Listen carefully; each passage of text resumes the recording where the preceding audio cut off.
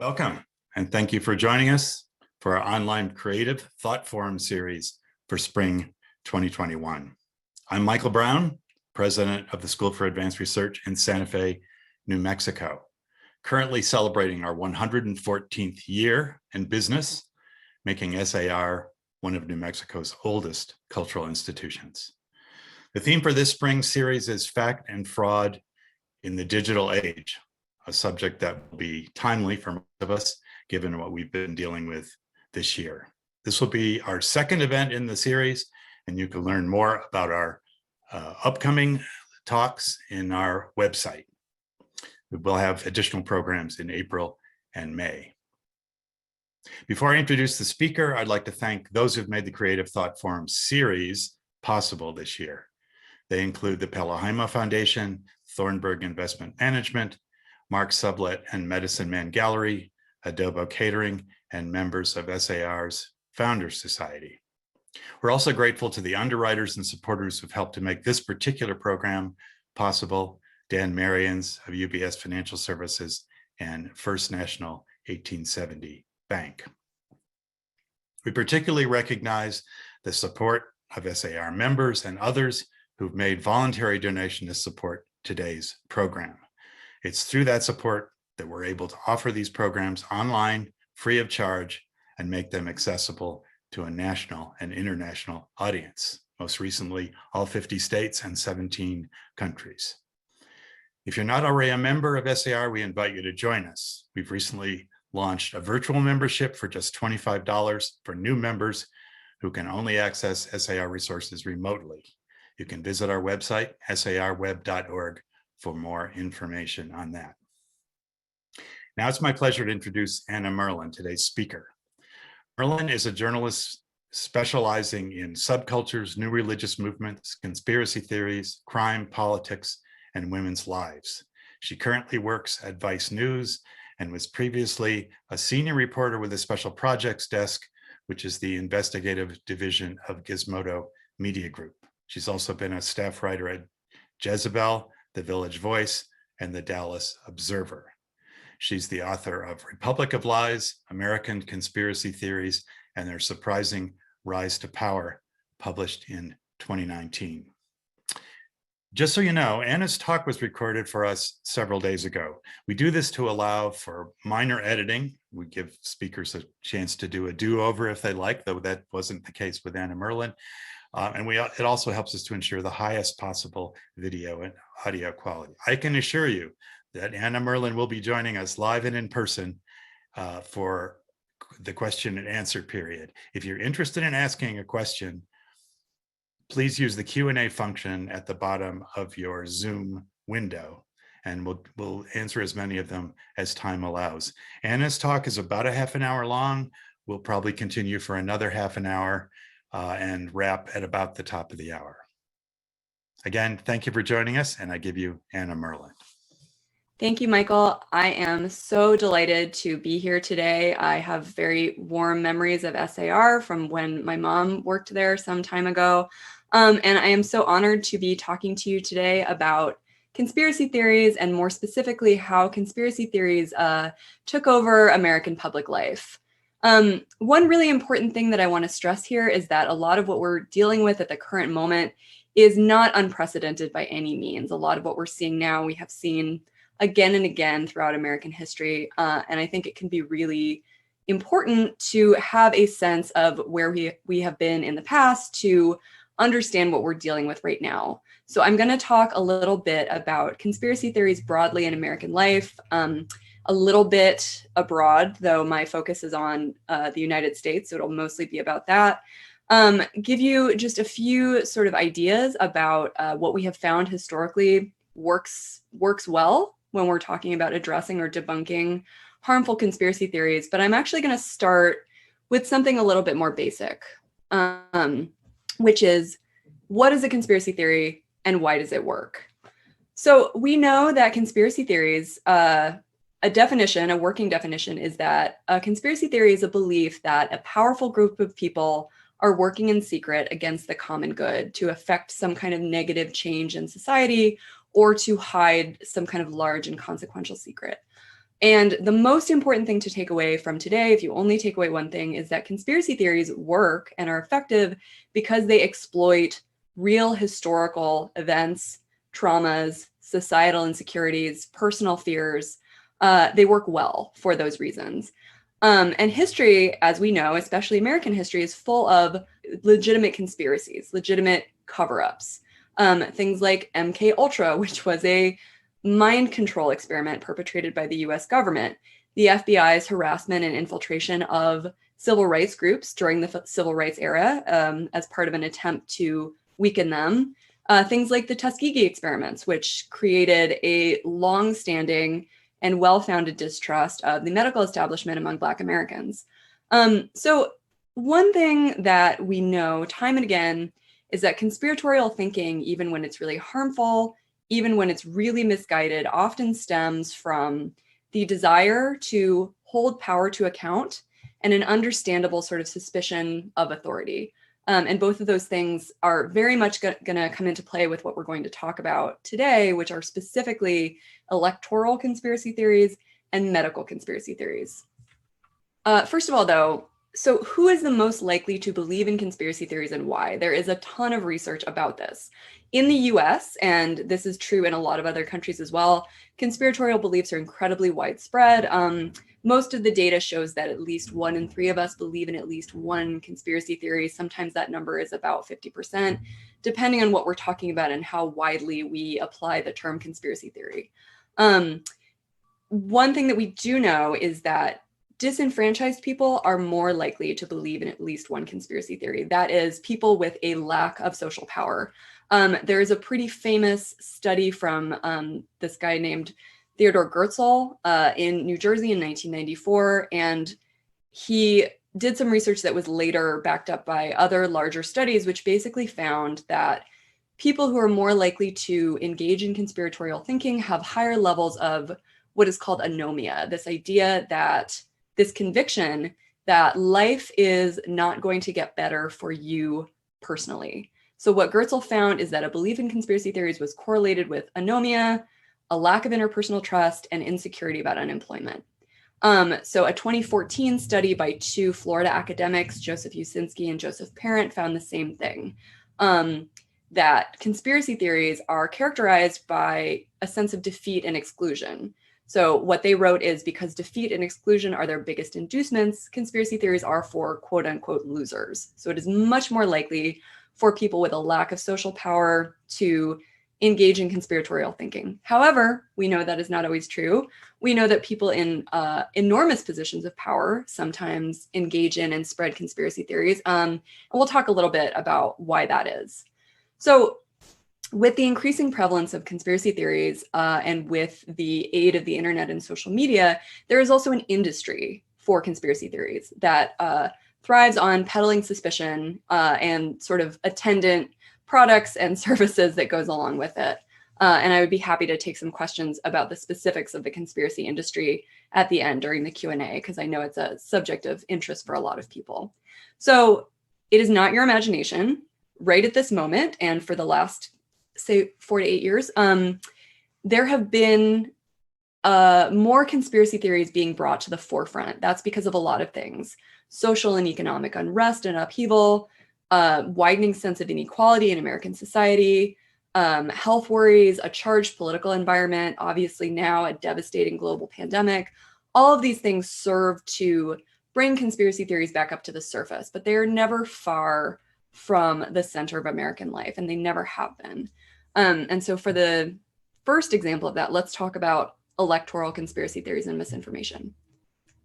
And so we know that electoral conspiracy theories are a long American tradition. This cartoon shows 2 members of the Democratic Party in the 1800s, both stuffing a ballot box while yelling at each other about fraud. And so this just goes to show that there's a really, really long history of claims of election fraud and election rigging, which, as you might have noticed, became a pretty big feature of the last several electoral campaigns.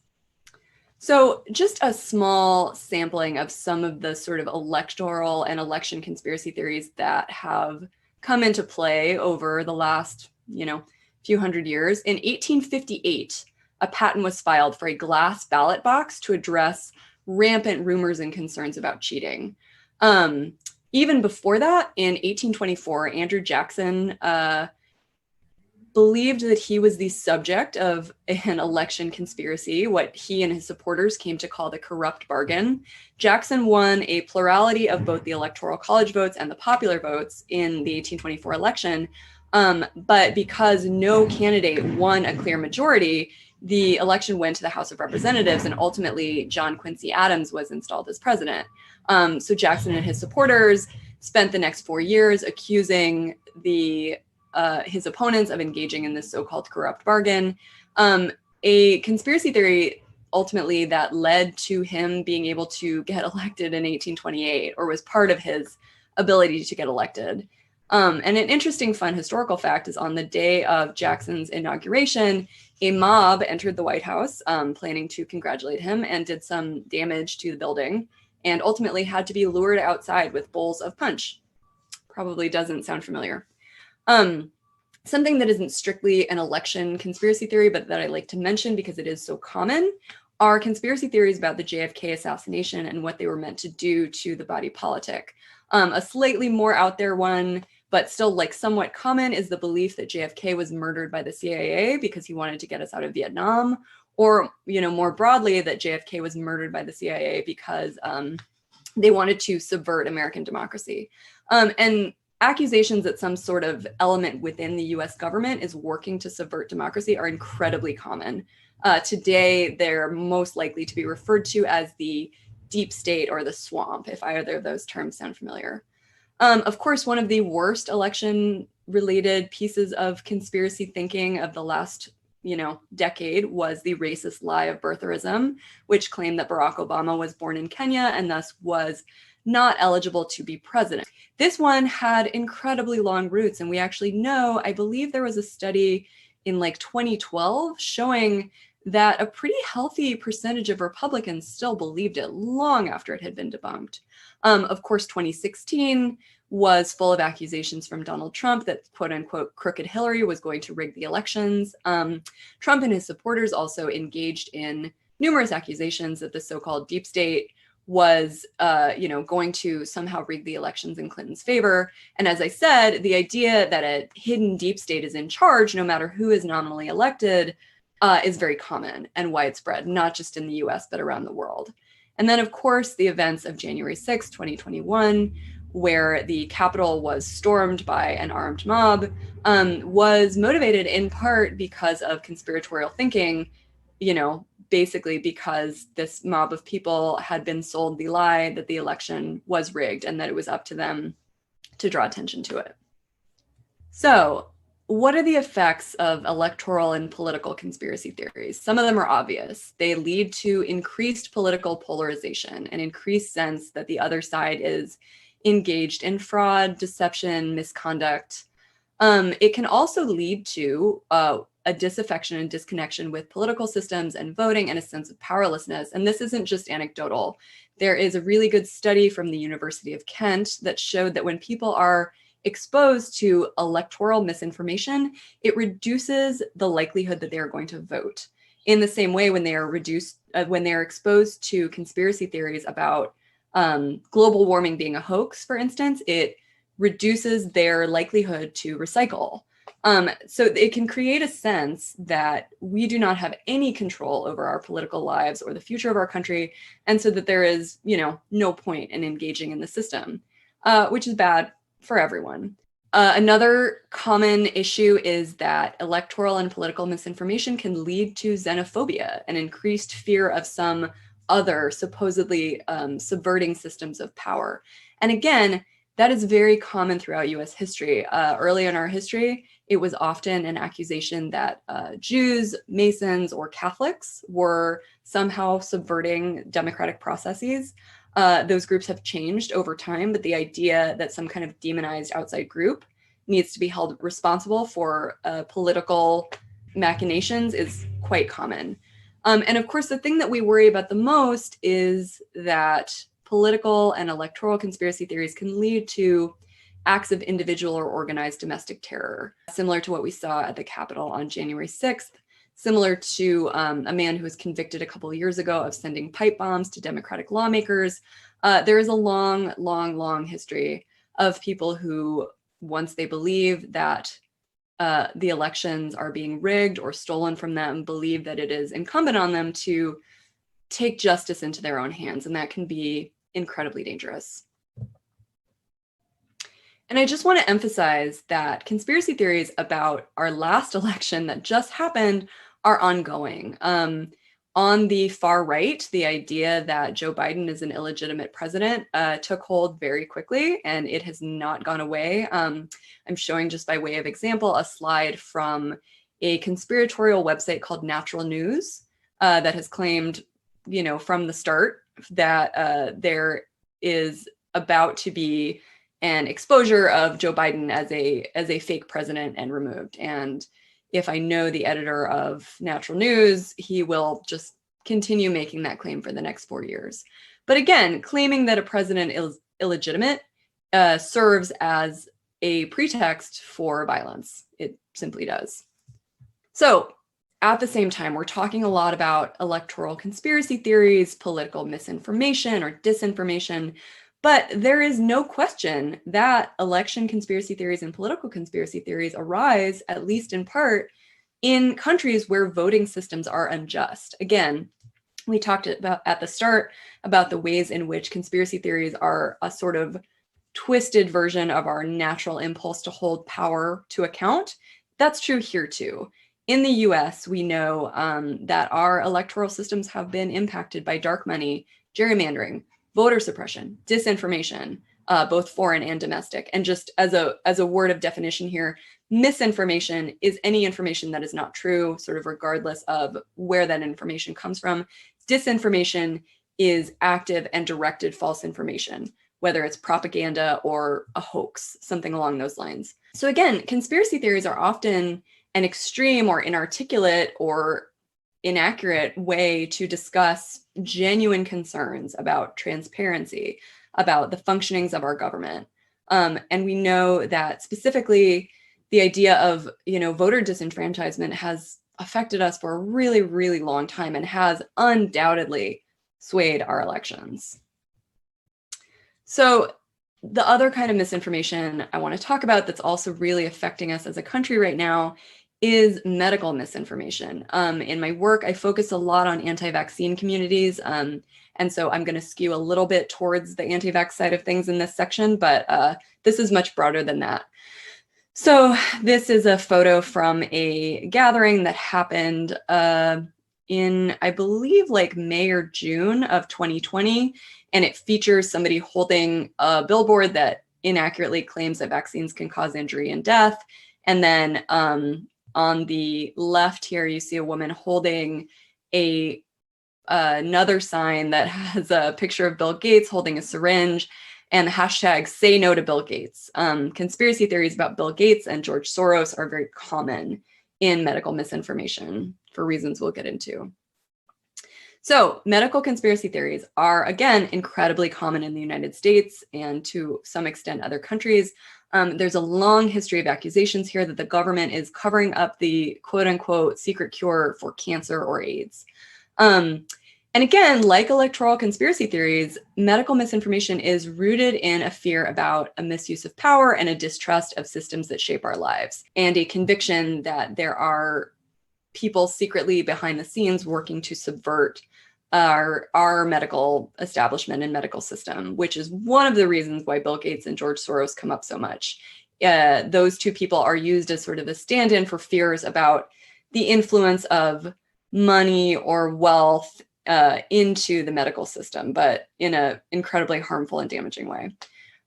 So a couple of common medical conspiracy theories, the one falsely claiming that vaccines cause autism, one falsely claiming that cell phones cause cancer and we are not being told about it or being actively lied to about it. All of these, again, are fundamentally rooted in the idea that the government, scientists, doctors, the World Health Organization would cover up a negative health effect to make money. And it is pretty obvious that medical conspiracy theories grew as things like the insurance industry grew, in the same way that conspiracy theories about the federal government started growing in the early 1920s as the size of the federal government started growing. So the more that systems impact our lives or negatively impact our lives, the more conspiracy theories there are about them. It's pretty common. So medical conspiracy theories have also given rise to an enormous and very profitable industry. And this was especially true after the so-called health freedom movement of the 1970s. The health freedom movement was essentially a libertarian movement that claimed that Americans were being deprived access to life-saving experimental cancer drugs. What they were actually talking about was a substance called Electoral, which is a debunked fake cancer drug that has absolutely no health benefits at all.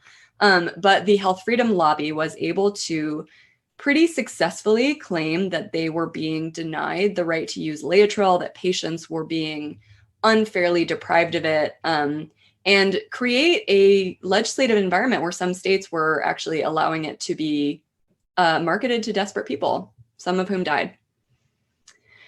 And of course, it's worth remembering that medical misinformation and conspiracy theories played a pretty big role in our last global pandemic too in 1918.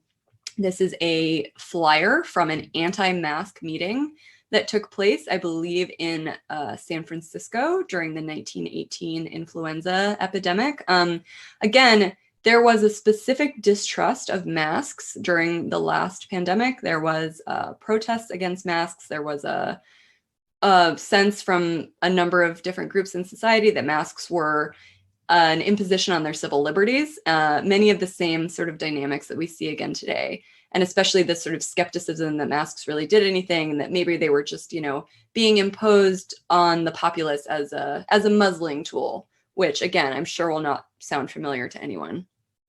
So the people who spread medical misinformation and conspiracy theories have adapted incredibly well to the COVID era. And I'm talking especially about anti-vaccine groups, because anti-vaccine groups are pretty organized. They have a surprising amount of money, and they have had a long time to get their messaging right. The modern anti-vax movement really got going in the 1980s and then saw a big uptick in 1998 with the publication of a later retracted paper that claimed there was a correlation between vaccines and autism. So the anti-vax movement in its modern form has been around for quite a while, and it has been able to figure out very effectively how to make the COVID era sort of work for them. So as soon as COVID-19 became a major story, even before it was being seen in the US and it was still just in China and elsewhere, anti-vaccine groups and other medical conspiracy theory groups started tying their messaging to it and trying to link vaccines to the pandemic, essentially claiming that some vaccines had caused COVID-19. And now we see that some of the anti-vax world's sort of biggest celebrities, along with wellness influencers, actual celebrities, are crusading against a COVID vaccine, but are also creating misinformation, panic, and suspicion around basic public health measures like social distancing and mask wearing. And we've obviously also seen that that messaging is being used to heighten distrust of the government and public health officials. You have only to look at the demonization specifically of Dr. Fauci to sort of see how that's working. One thing I want to talk about specifically here is Facebook ads. There was a study a few years ago showing that most of the ads on Facebook about vaccines were bought by just two people. Robert F. Kennedy Jr., who runs an anti-vaccine organization. You may remember his name from when he was a well-respected environmental activist.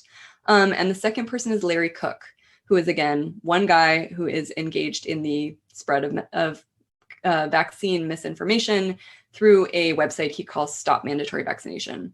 So those two guys were buying most of the vaccine ads on Facebook. And so what that meant was that they were able to pretty successfully get through a repeated and heavily reinforced message for anybody who is looking at vaccine information on Facebook. And their messaging was very much focused on exploiting historic distrust of the government and the medical establishment.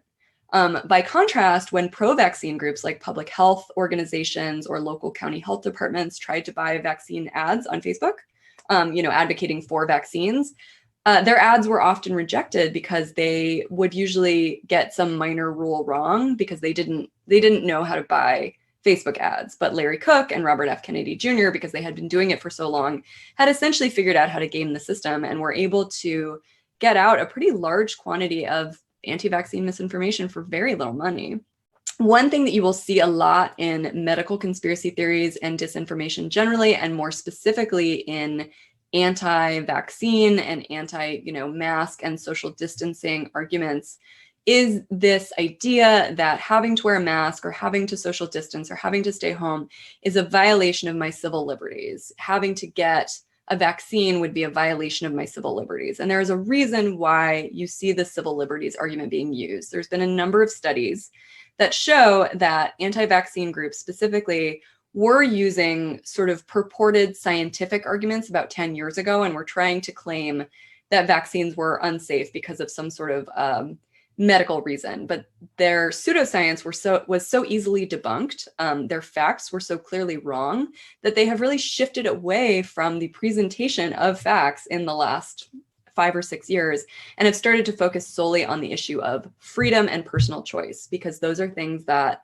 resonate very strongly with Americans. We like the idea of freedom and personal choice. And so tying that to something like getting vaccinated or social distancing, or, not going to the bar with 25 of your friends during a pandemic has proven pretty effective.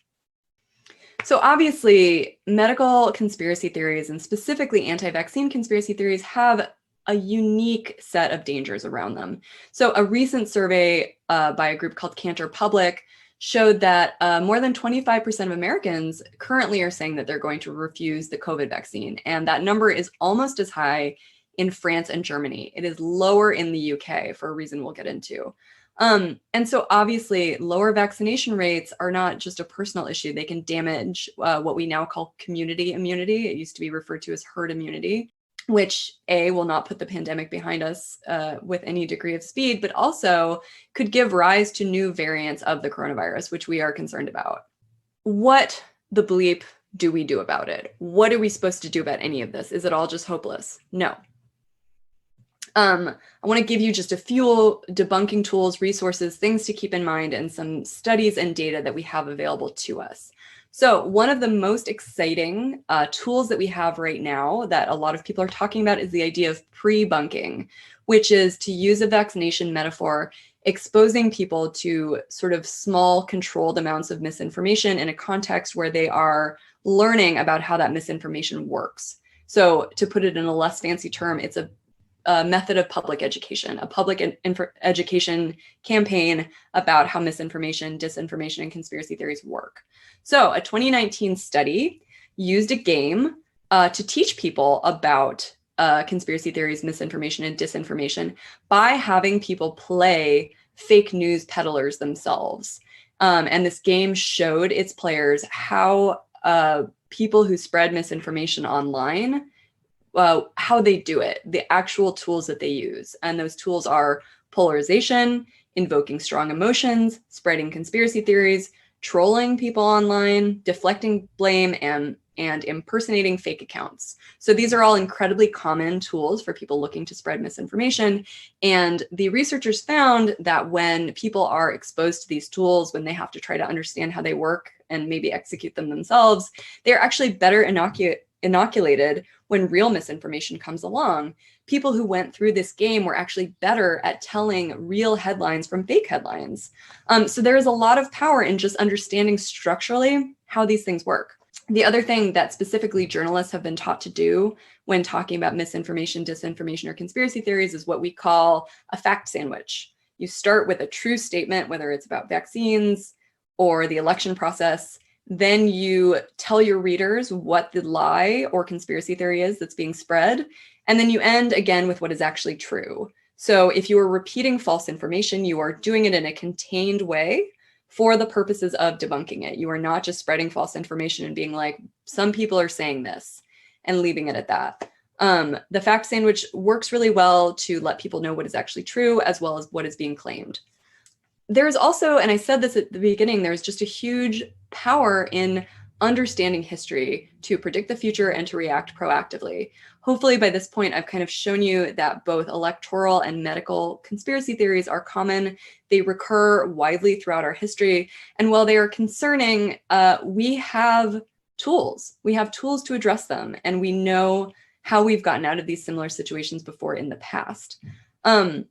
Another thing that sort of responds to a question I constantly get is like, okay, but how do I persuade someone who I'm talking to on the internet that the election wasn't stolen, or, you know, that vaccines are safe and effective? And the question is, who are you talking to on the internet? Are you talking to your mom or your aunt or a cherished family member? Or are you talking to a stranger on Twitter?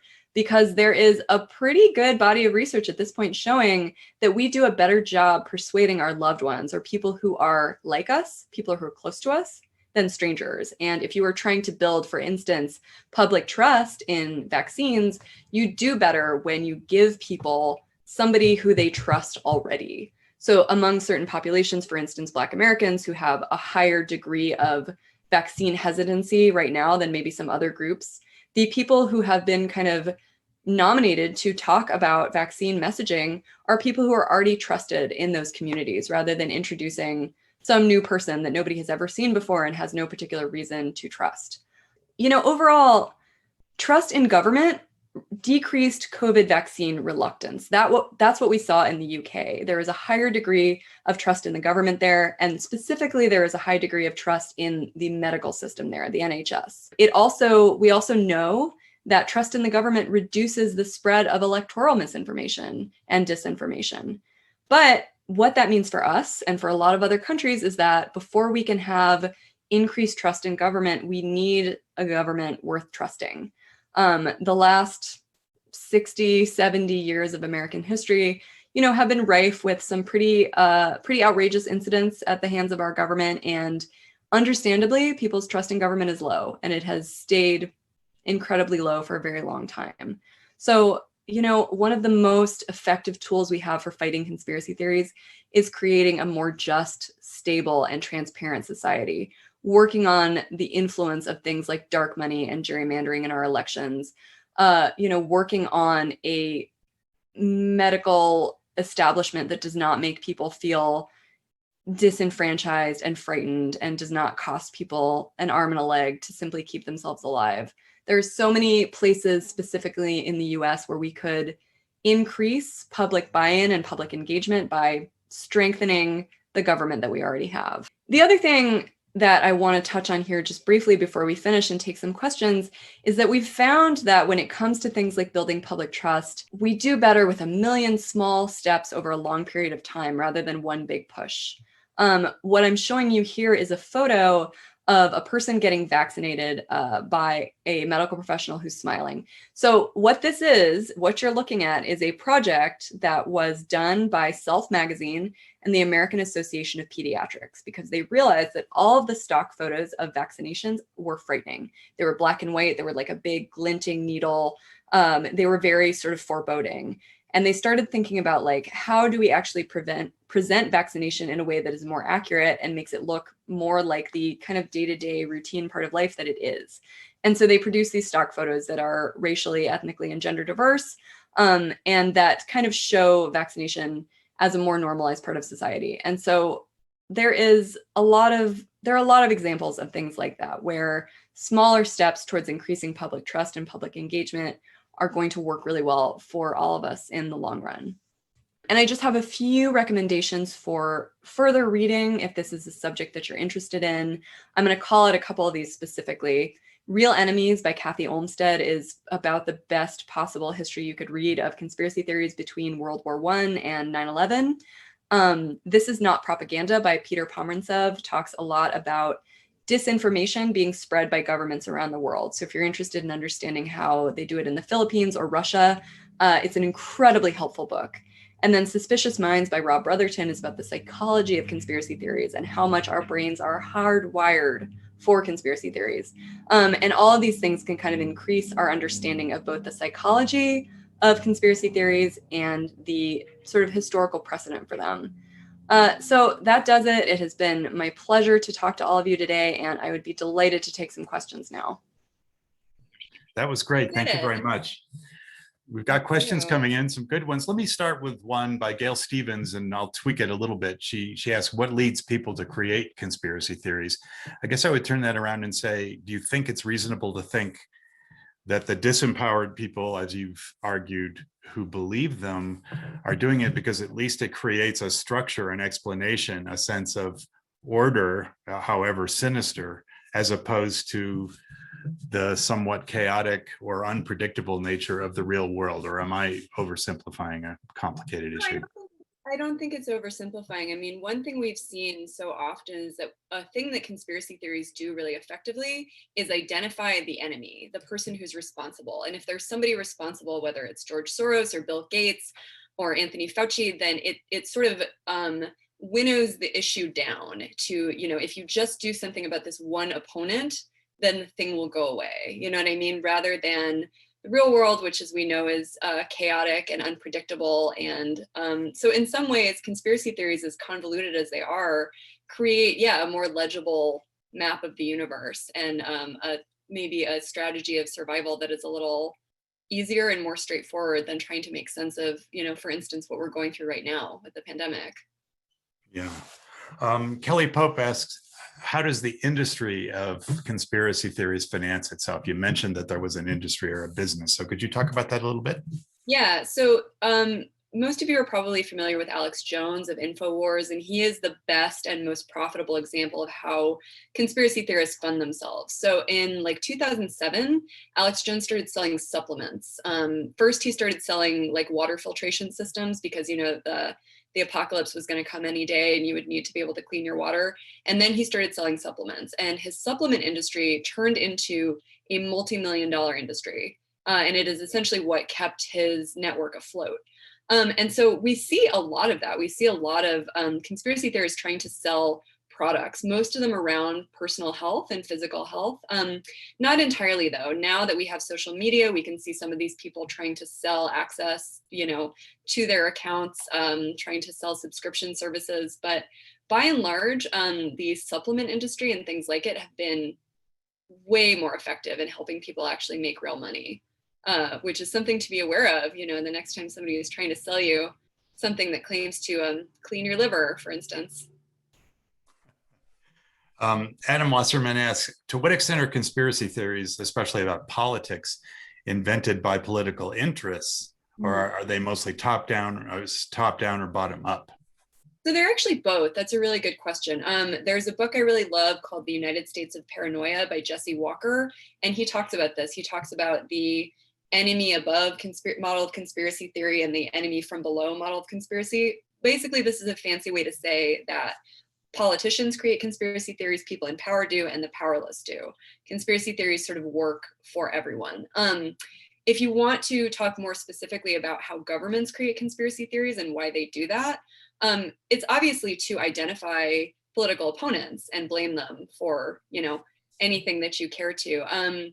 For instance, Russia is really good at this. Russia has been great at building a propaganda network. So has the Philippines. They get slightly less press for it, but Rodrigo Duterte has done a very good job creating conspiracy theories that pin any social problem on his political opponents, and it has made him pretty popular. It has maintained his popularity.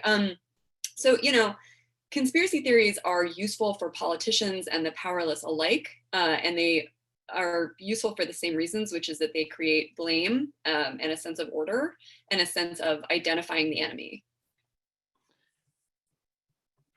A lot of other questions coming in. Do you see the prevalence of conspiracy theories in popular culture, let's say in Hollywood movie plots, as a cause or an effect? This is from Bill Brancard. Are the movies just building on the popular belief in these conspiracies, or are they actually instantiating and ratifying the theories?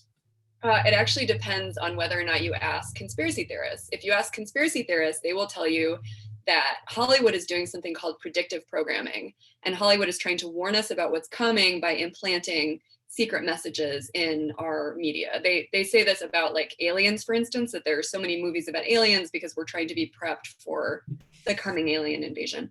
What I would actually say is that a lot of instances of really popular media around conspiracy stuff have arisen at times when there's a special lack of trust in the government. So the X-Files became incredibly popular in the early 90s, right when government distrust was reaching its crescendo. And why was it doing that? Because the 70s through the 90s was the era when we started to learn about all the stuff that the CIA and the FBI and the military had been up to, for instance, during the civil rights era. Some of you might remember the Church Committee, which was active in the 1970s and which served to, among other things, show that the FBI had been harassing civil rights leaders, that they had been trying to get Martin Luther King Jr. to kill himself. So this was a moment when Americans were really starting to reckon with how bad it had been and how much the government had done. So that was reflected in our media and our popular culture. And so, if you watch the X-Files again, it's really, especially the early seasons, are really kind of a primer for what that did to public trust. So yeah, I would say that by and large, suspicion comes from the government rather than Hollywood creating it. Richard Gronendijk asks, should Facebook, and I suppose by extension other social media, be doing more to resist the two individuals who are successfully gaming Facebook to carry out anti-vaxxer ads? So I should have mentioned this in my talk. Larry Cook was banned from Facebook. Do you want to guess when he was banned from Facebook? Tell us. November. He was banned from Facebook in November. He had built a platform of hundreds of thousands of people and a very effective living for himself. And he was only banned in November because he started promoting QAnon in addition to anti-vax stuff. By the same token, Robert F. Kennedy Jr. has been banned from Instagram, but not Twitter or Facebook. And what I'm trying to get at here is that social media platforms are incredibly inconsistent. What they respond to is public pressure and threats of lawsuits. That's what they care about. They're not good at doing their own kind of content moderation. It is fundamentally based in self-interest. I've had numerous examples of times when I write about some incredibly harmful group that's operating on Facebook. For instance, there is a bunch of Facebook groups that encourage people to literally drink bleach and feed bleach to their children. It's called, they call it chlorine dioxide, it's bleach. And so I write about these bleach drinking groups and they get taken offline for like, I don't know, a week, and then they're back.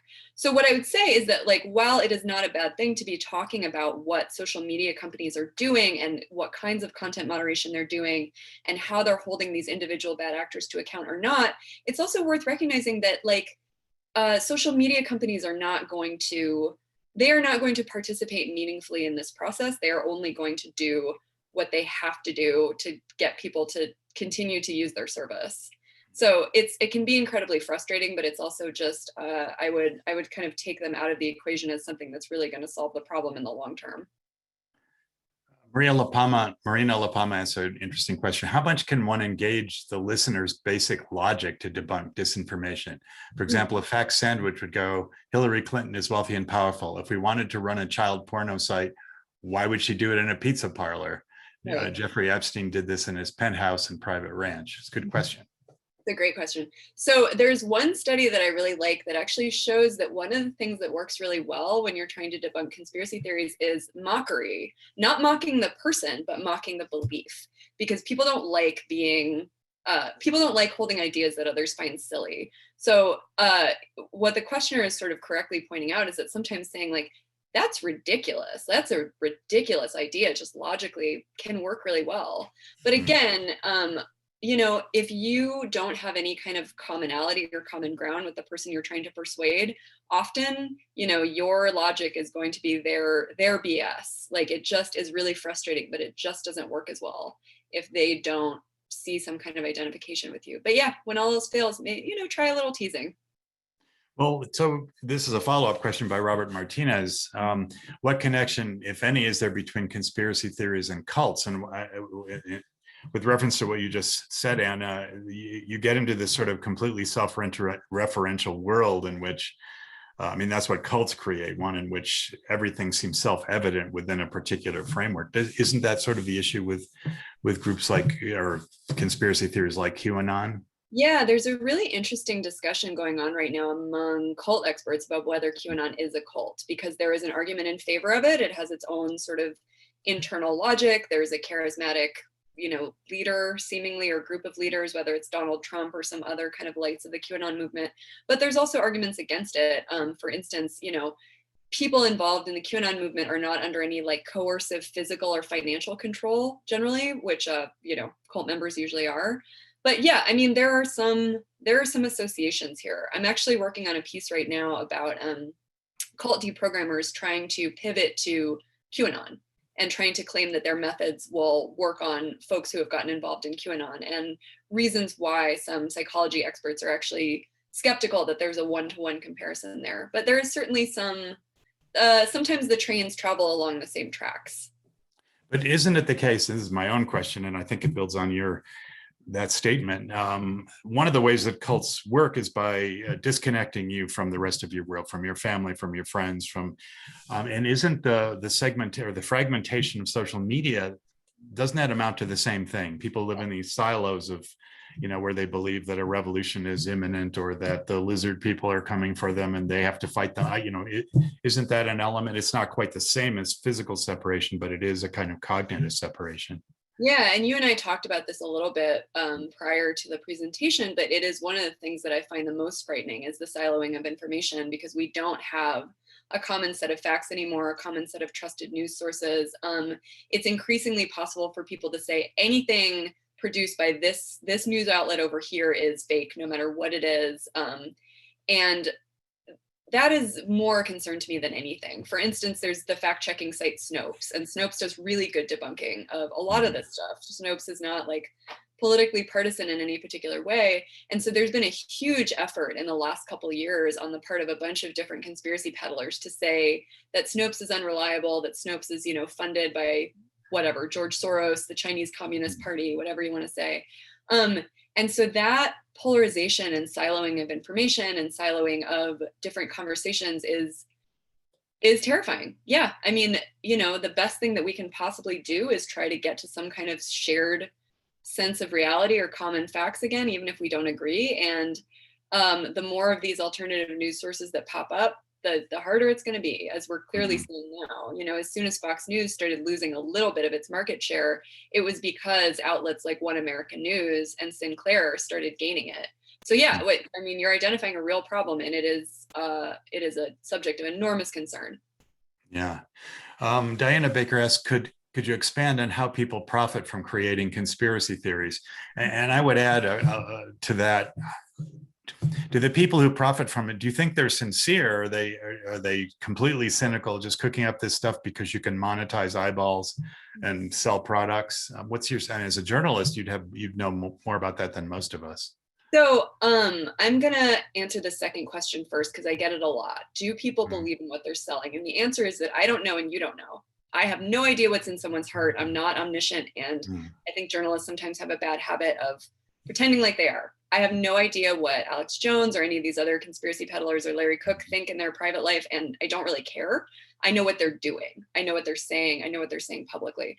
So if we take Alex Jones, for instance, or Andrew Wakefield, who's sort of the father of the modern anti-vax movement and wrote this retracted study linking vaccines with autism, Wakefield was marketing his own single vaccine. I think it was a measles vaccine. And essentially what he was saying was the MMR vaccine is really dangerous. It's going to give your kids autism, but luckily I have a solution. Let me market you this other vaccine. I think he was also marketing, again, supplements that he claimed would cure autism. So in a sense, they're doing something very simple. They're sort of creating a problem and then saying, don't worry, I have the solution. For instance, I went to and was thrown out of an anti-vaccine event called Autism One. And Autism One is marketed for parents of kids with autism.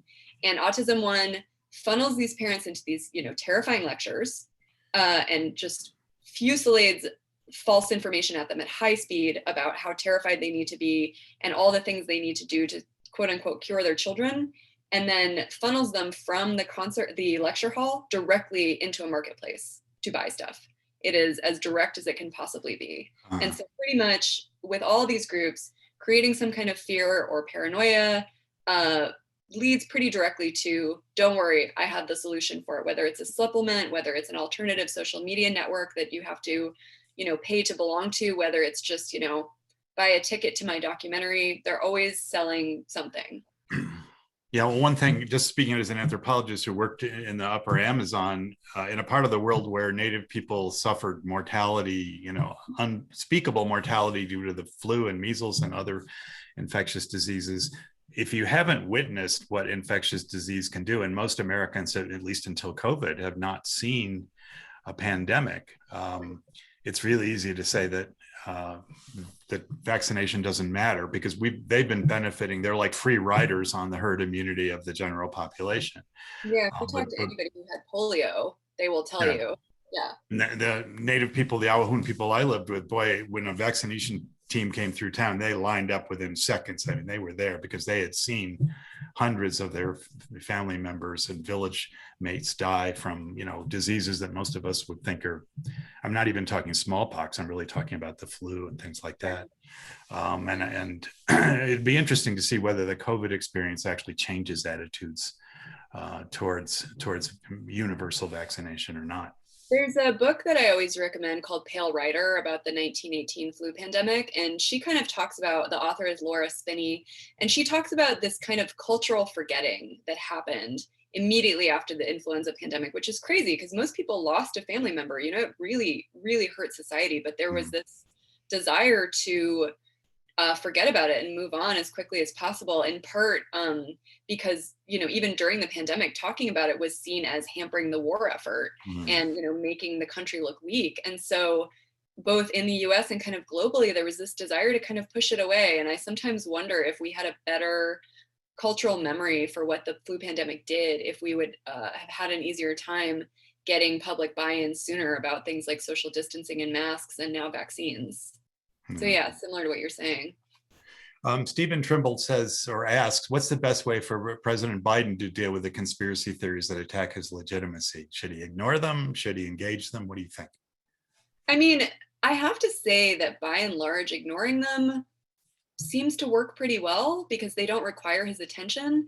One thing that we forget is President Obama, during the, racist Trump promoted lies that he was born in Kenya, actually had to have a press conference where he released his birth certificate.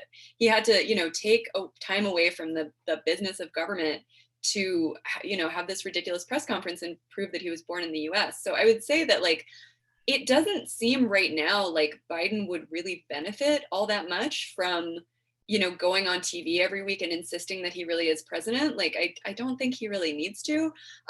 Hillary Clinton gave a speech during her campaign attacking Alex Jones and fake news and the alt-right. And I would argue that we had Anna freeze up a little bit. Okay, I'm getting the dreaded internet connection is unstable message, but let's see if we can carry on.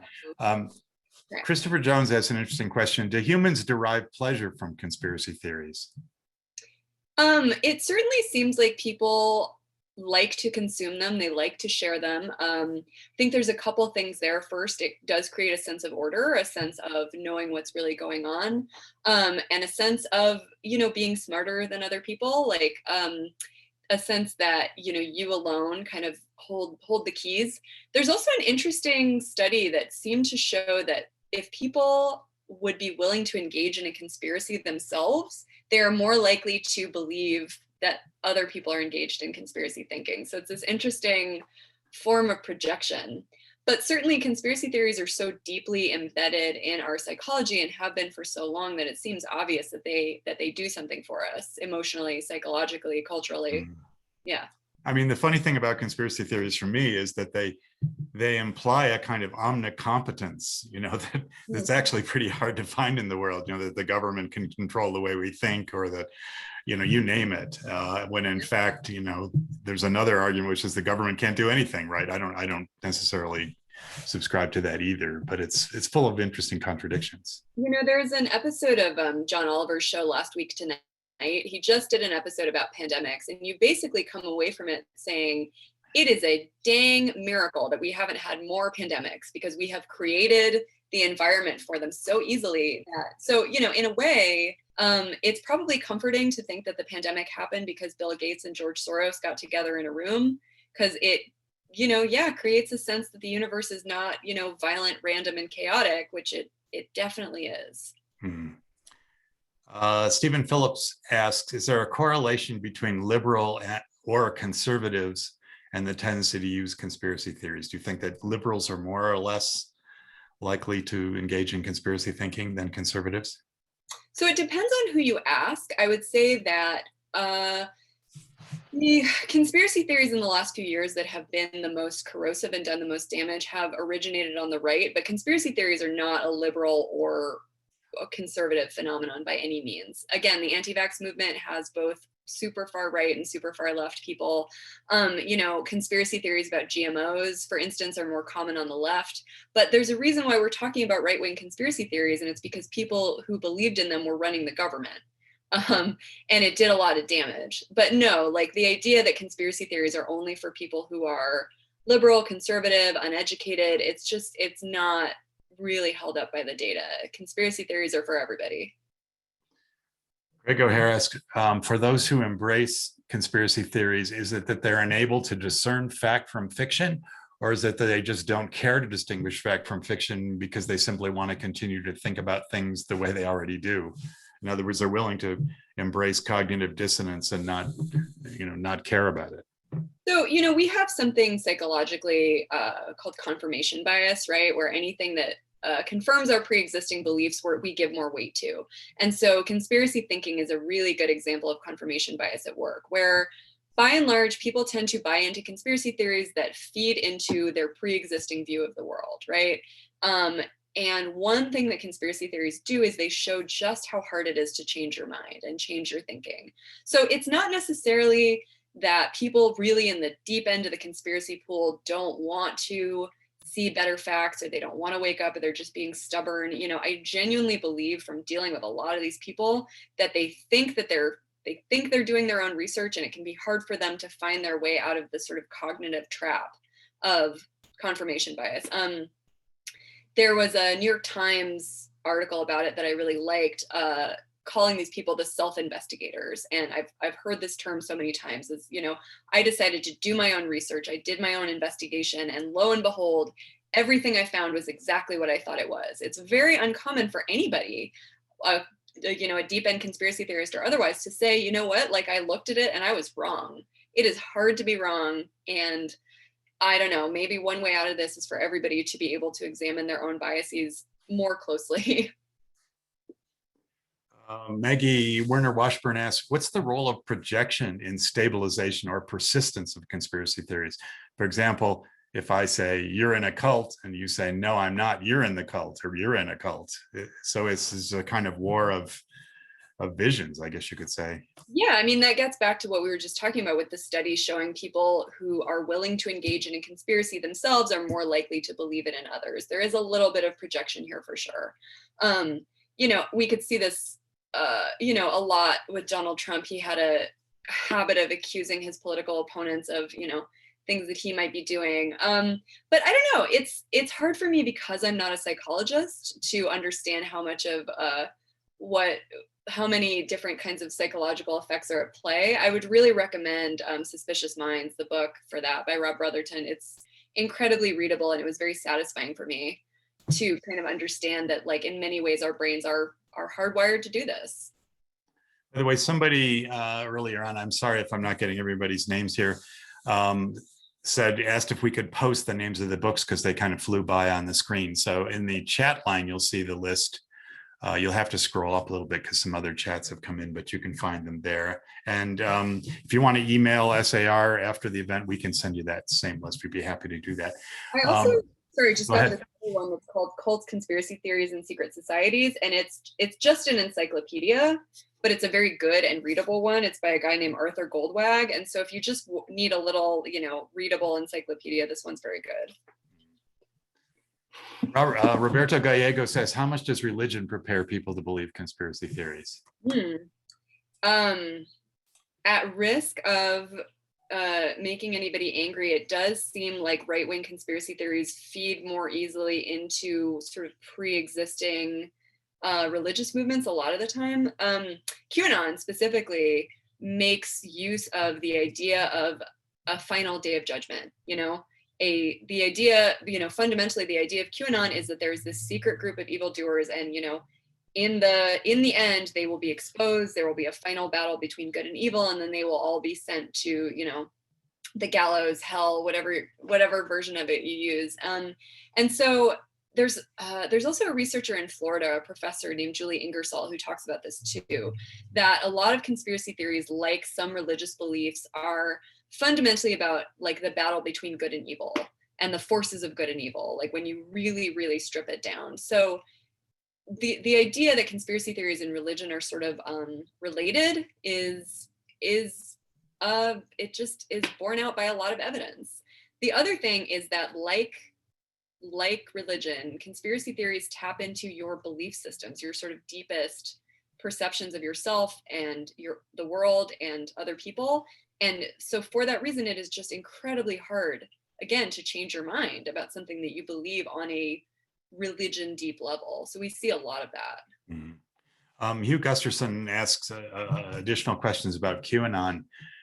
He asks, how does it fit the typical model of a conspiracy theory? It seems unusually elaborate, inviting people to make up their own interpretations, to which I would add, is it really an example of crowdsourcing, or is there really some mind behind this? Is there an author, or is it just a slow aggregation of theories that are elaborated on, revised, and so on? Right. So we know that the first posts by this person calling themselves Q, claiming to be like a high-level government insider, were produced on 4chan, which is a message board, and then started to be produced on 8chan. So there are a bunch of theories about who Q really is. One of the theories is that it's a father and son team who owned 8chan and now own the like predecessor message board called 8kun. But it kind of doesn't really matter, because what QAnon became fundamentally is a group project, right? It started out being like people trying to decode the post by this one person, but very quickly it turned into a group of people trying to bring in every existing conspiracy theory of the last 100 years into this sort of like conspiracy theory. It turned into a much more sort of involved and elaborate system, as the questioner is pointing out. And in part that happened because QAnon was born and created and bred online. And so all of these online communities were able to kind of feed into each other. I watched this happening with so many different communities. And I think it speaks to a desire to create like a grand unified theory of conspiracy, and to have one conspiracy theory to rule them all. So QAnon has tried to do that, but it has been so chaotic that it has been difficult to do it successfully. Okay. We probably should end, especially since the internet is not being our friend today. But let me ask one question, and it's a good one. It's by an anonymous attendee who says, the gatekeepers fell away with the news media. Can the horse ever get back in the barn after news is now free? As someone who's a journalist, thinking back 15 years ago, the internet was going to be this utopian world in which news wants to be free, information wants to be free. Now we're discovering that we pay a high price for this, this completely uncurated, uncontrolled distribution of facts or pseudo facts or disinformation. Where do you think this is all headed? I mean, it's important to point out that the internet has also been an enormous force for social good, that it has allowed, regimes to be toppled, that allows organizers to talk to each other. It allows small news sources to, get news out to a much bigger audience. The issue really is that we've created a very effective pipeline for information, and there is no way to guarantee that the pipeline only carries fresh water and doesn't also carry, garbage and sewage and Alex Jones, right? So I would say, like, as frightening and frustrating as it can sometimes be that the internet has introduced all this chaos, it's also important to remember that it allows us to see and debunk these things much more quickly.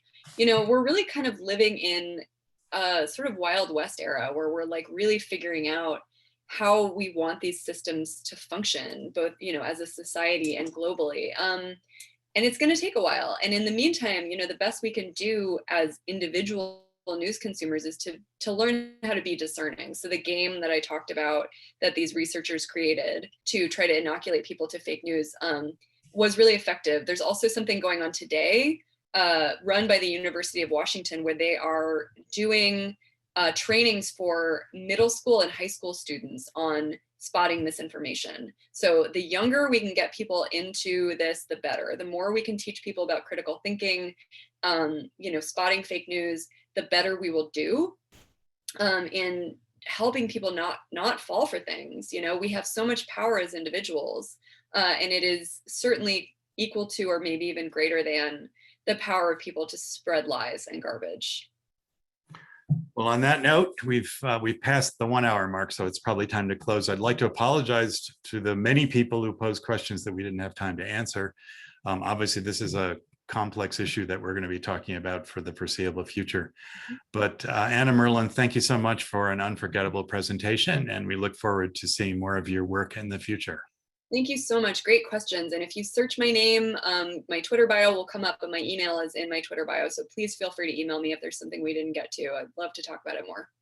Okay, and I should mention to our visitors that our next presentation in this series will be a talk by an Italian IT expert on so-called deepfake videos. That is, videos that are phony but look real, a technology that's now drifting down to the consumer level and raising additional questions about reality and whether we can believe what we see. So we look forward to seeing many of you then. Thanks for joining us. And by the way, this talk is going up to YouTube and the SAR channel very soon, probably first thing tomorrow. And you'll see literally hundreds of other events, some dealing with Native American art, some dealing with anthropology and archaeology, and some dealing with contemporary social issue questions like this. So, and you can access those for free at any time you like. Again, thanks again. And I wish everyone a good day. Thank you, Anna. Thank you so much.